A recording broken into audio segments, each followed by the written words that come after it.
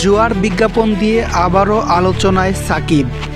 Bowling অ্যাকশনের বৈধতা ফিরে পাওয়ার পরপর যখন তার ক্রিকেটে ফেরার অপেক্ষা, ঠিক তখনই আবার বিতর্কে জড়ালেন এই ক্রিকেটের পোস্টার বয়। গতকাল নিজের ফেসবুক পেজে একটি ভিডিও শেয়ার করেন এই বামহাতি অলরাউন্ডার। সেখানে একটি বেটিং সাইটে অংশ নিতে দেখা যায় তাকে।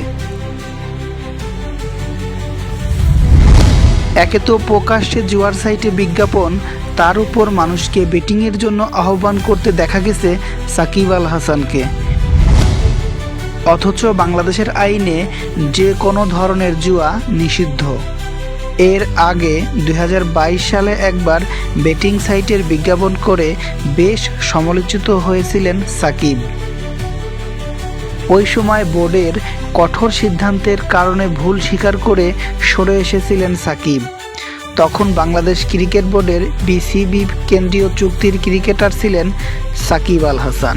তবে এবছর চুক্তি থেকে বাদ পড়ার সঙ্গে সঙ্গেই আবারও ফের আলোচনায় সাকিব আল হাসান।